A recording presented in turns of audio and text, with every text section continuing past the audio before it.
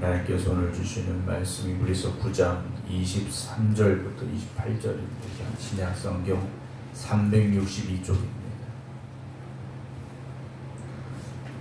신약성경 362쪽 히브리서 9장 23절부터 28절입니다. 그러므로 하늘에 있는 것들의 모형은 이런 것들로서 정결하게 할 필요가 있었으나 하늘에 있는 그것들은 이런 것들보다 더 좋은 제물로 할지니라. 그리스도께서는 참 것의 그림자인 손으로 만든 성소에 들어가지 아니하시고 바로 그 하늘에 들어가사 이제 우리를 위하여 하나님 앞에 나타나시고 대제사장이 해마다 다른 것의 피로써 성소에 들어가는 것 같이 자주 자기를 드리려고 아니하실지니 그리하면 그가 세상을 창조한 때부터 자주 고난을 받았어야 할 것이로되 이제 자기를 단번에 제물로 드려 죄를 없이 하시려고 세상 끝에 나타나셨느니라. 한 번 죽는 것은 사람에게 정해진 것이요 그 후에는 심판이 있으리니 이와 같이 그리스도도 많은 사람의 죄를 감당하시려고 단번에 들이신 바 되셨고 구원에 이르게 하기 위하여 죄와 상관없이 자기를 바라는 자들에게 두 번째 나타나시리라. 아멘. 할렐루야. 오늘도 주님께서 허락하신 복되고 거룩한 날 하나님의 영광을 위해서 살아갈 수 있는 우리 모두가 되기를 주님의 이름으로 축원합니다. 이제 예수님께서 우리 죄를 대속하시기 위하여 직접 희생의 제물이 되셨음에 대해서 말씀을 계속 나눠가고 있는데요. 이스라엘 백성들이 처음 이제 출애굽할 때 6월절 어린 양의 피가 필요했습니다. 그 피를 문설주와 좌우 임방의 발음으로 인하여서 죽음의 사자가 그 집은 건너갔다, 뛰어넘어갔다 해서 6월절이라는 절기가 이제 시작이 되어졌는데 예수님께서는 6월절 어린 양이 되어주셔서 그 예수 그리스도 십자가의 보혈을 믿고 우리의 구세주가 되심을 고백하는 이들에게 죄와 사망의 권세를 이기게 하시는 그 은혜를, 구원의 은혜를 허락하셨습니다.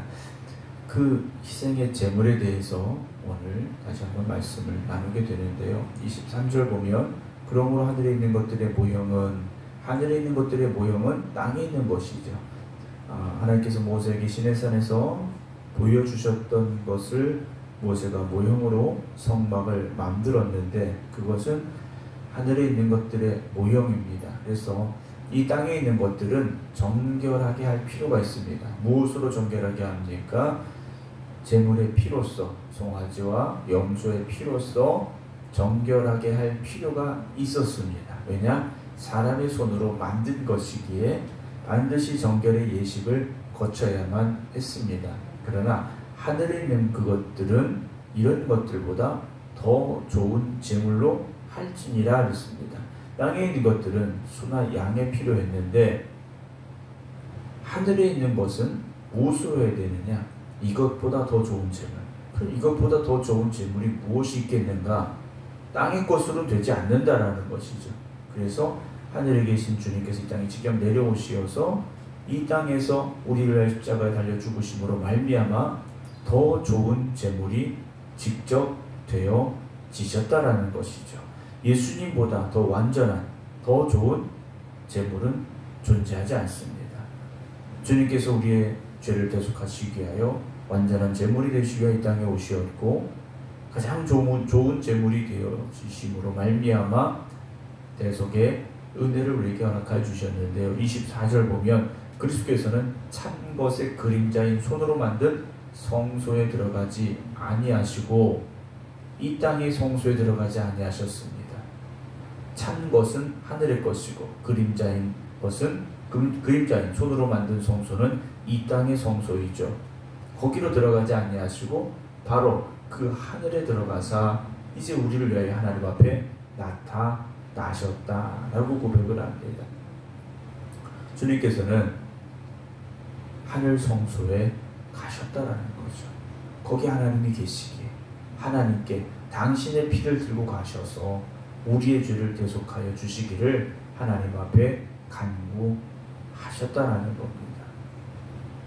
25절에 대제사장이 해마다 다른 것의 피로써 성소에 들어가는 것 같이 자주 자기를 드리려고 아니하실지니 그랬습니다. 대제사장은 대속죄일, 1년에 한 번 있는 대속죄일에 짐승의 피를 가지고 성소에 들어갑니다. 해마다 해야 됩니다. 1년에 한 번씩 꼭 해야 되는 거죠. 유효기간이 1년밖에 안 되는 겁니다. 그래서 대제사장은 그 다음 해가 되면 또다시 짐승의 피를 가지고 지성소에 들어가서 그 피를 뿌리며 하나님 앞에 이스라엘 백성들의 죄를 사하여 주시기를 간구했는데 주님께서는 그럴 필요가 없으시다라는 거죠. 자신의 몸을 여러 번 십자가에 달려서 피를 흘리실 필요가 없고 그리고 그러실 수도 없지 않습니까? 26절 그리하면 그가 세상을 창조한 때부터 자주 고난을 받았어야 할 것이거든. 그렇죠. 그렇다면 주님께서 오셔서 1년마다 죽으셔야 됐겠죠.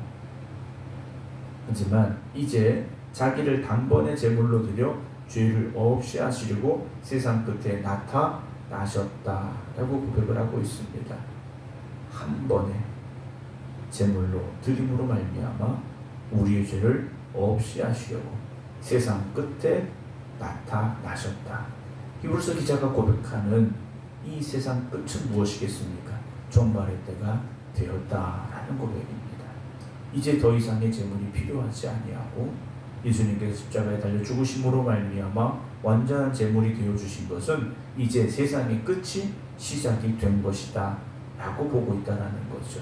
아니 그때부터 지금 2000년 지났는데 그 끝이 얼마나 긴가 우리가 생각을 할 수 있습니다. 그러나 우리는 종말의 신앙을 가지고 살아야 됩니다. 히브리서 기자가 가졌던 그리고 초대교회 성도들이 가졌던 종말의 신앙을 우리는 가져야 됩니다. 그렇다고 그래서 있는 재물 다 팔아서 오늘 교회로 들어오십시오. 예전에 있었던 어떤 이단처럼 그런 말씀을 드리는 게 아닙니다. 늘 우리의 마음가짐이 오늘 주님이 오실 거야 라는 그 고백을 가지고 오늘 우리가 우리의 삶의 마지막 날을 살고 있어 라는 그런 결단을 가지고 살아갈 수 있어야 된다는 거죠. 아직도 시간 많아. 내일도 있고 모레도 있고 그러면 우리는요 참된 믿음의 길을 가기가 너무나도 어렵다는 거죠. 오늘 못하면 내일 하면 되고 내일 못하면 모레 하면 되고 그렇게 해서는요 우리의 신앙을 온전히 지켜갈 수 있느냐? 그렇지 못하다는 거죠. 날마다 우리는 종말론적인 신앙을 가지고 하나님 앞에 나아갈 수 있어야 됩니다. 27절에 한 번 죽는 것은 사람에게 정해진 것이요 그 후에는 뭐가 있습니까? 심판이 있지 않습니까? 우리가 너무나도 잘 아는 말씀입니다. 모든 사람은요 태어나면 죽게 되어 있습니다. 누구나 다 죽게 되어 있다는 거죠. 죽지 않은 사람은 누가 있습니까? 에녹과 엘리야 성경에 보면 딱 두 사람밖에 없습니다. 나머지는요 다 죽었다라는 겁니다. 그러면 죽음 이후에는 무엇이 있느냐? 끝이냐? 심판이 있다라고 말씀합니다. 그러니까 첫 번째 죽음이 있고 두 번째 죽음이 있다라는 말씀을 우리가 기억하게 되는데요. 누구나 다 육신의 죽음은 마주하게 됩니다. 그러나 심판대 앞에 섰을 때 영원한 하나님의 나라로 나아갈 수 있는 은혜를 주님께서 십자가에 달려 죽으심으로 말미암아 우리에게 허락하셨다면 우리는요 그 길을 향해 나아가야 되지 않겠습니까? 마지막 28절 보면 이와 같이 그리스도도 많은 사람의 죄를 감당하시려고 단번에 들이신 바 되셨고 구원에 이르게 하기 위하여 죄와 상관없이 자기를 바라는 자들에게 두 번째 나타나실 것이다 라고 되어 있습니다. 주님께서는요 많은 사람의 죄를 감당하신 겁니다. 그 중에 우리도 포함이 되어 있습니다. 2000년이 지났지만 우리도 그 은혜 가운데 포함이 되고 있다는 거죠. 이제는 어떻게 오십니까? 첫 번째는 제물이 되기 위해 오셨습니다. 그러나 이제는 어떻게 오시느냐? 죄와는 상관없이 이제는 죄와 상관없이 오시는 겁니다.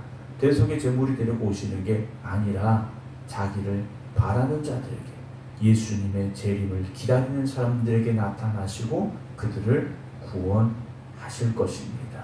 오늘도 우리는 주님의 다시 오심을 기다리는 사람들이지 않습니까? 주님의 다시 오심을 기다리는 사람들이죠. 하나님의 나라를 소망하며 주님의 다시 오심을 기다리며 나아가는 여러분, 오늘도 구원받은 사람답게 이 하루를 살아가시기 바랍니다. 죄인된 우리를 구원하시게 하여 고난받으시고 십자가에 달려 죽으신 주님, 스스로 대속의 제물이 되어주심으로 말미암아 그 대속의 피를 하나님 앞에 가지고 나아가 그 핏값으로 우리를 구원하신 주님, 그 크신 은혜를 여러분 잊지 마시기 바랍니다. 그 은혜를 잊지 아니하면 우리는 다시 세상으로 돌아갈 수 없습니다. 돌아가서도 안 됩니다. 날마다 우리를 구원하신 주님의 다시 오심을 기다리며 그 믿음의 길만 걸어갈 수 있는 저와 여러분 되어지기를 주님의 이름으로 축원합니다. 기도하겠습니다. 죄인된 우리를 구원하시기 위하여 죄 없으신 주님께서 이 땅에 오시었고 우리를 대신하여 고난 받으시고 우리가 죽어야 될 그 자리에서 달려 죽으심으로 말미암아 당신의 피를 가지고 하늘 보좌에 나아가시사 하나님 앞에 우리의 죄를 대속하여 주시기를, 속죄하여 주시기를 간구하신 주님, 그 은혜로 말미암아 우리가 죄 가운데서 자유함을 얻고 속죄함 받아 하나님의 자녀가 되었음을 고백합니다. 그렇게 구원받은 우리가 주님 다시 오시는 그날까지 구원받은 자들답게 살게 하시고 구원의 은혜를 전하고 증거하는 삶이 되게 하여 주시옵소서. 오늘도 저희들 주님의 십자가를 바라봅니다. 그리고 다시 오실 주님을 기다립니다. 주님 저희와 함께 하여 주시옵시고 주님 다시 오시는 그날에 주님과 함께 하늘 보좌에 나아갈 수 있는 저희들 되게 하여 주시옵소서. 오늘도 주님 앞에 나와 또 각자의 기도의 저소에서 하나님 앞에 기도드리는 성도들을 기억하시고 저들이 오늘도 간절히 간구하여 기도할 때 주님 응답하시고 역사하여 주시옵소서. 하나님의 자녀들이 이 땅에서 복되게 하시고 주시는 믿음으로 이 땅을 승리하게 하여 이 땅에서 승리하게 하시사 하나님 앞에 나아갈 수 있는 하나님의 자녀들이 되게 하여 주시옵소서. 오늘도 이 성전을 축복하여 주시옵소서. 이 성전에 나오는 이들을 축복하여 주시옵소서. 이제는 우리 주 예수 그리스도의 은혜와 아버지 하나님의 무한하신 사랑하심과 성령님의 감동 감화 역사하시니 오늘도 십자가의 은혜에 감사하며 기도드리는 모든 성도들 위해 이제부터 영원토록 함께 하시기를 간절히 축원하옵나이다. 아멘.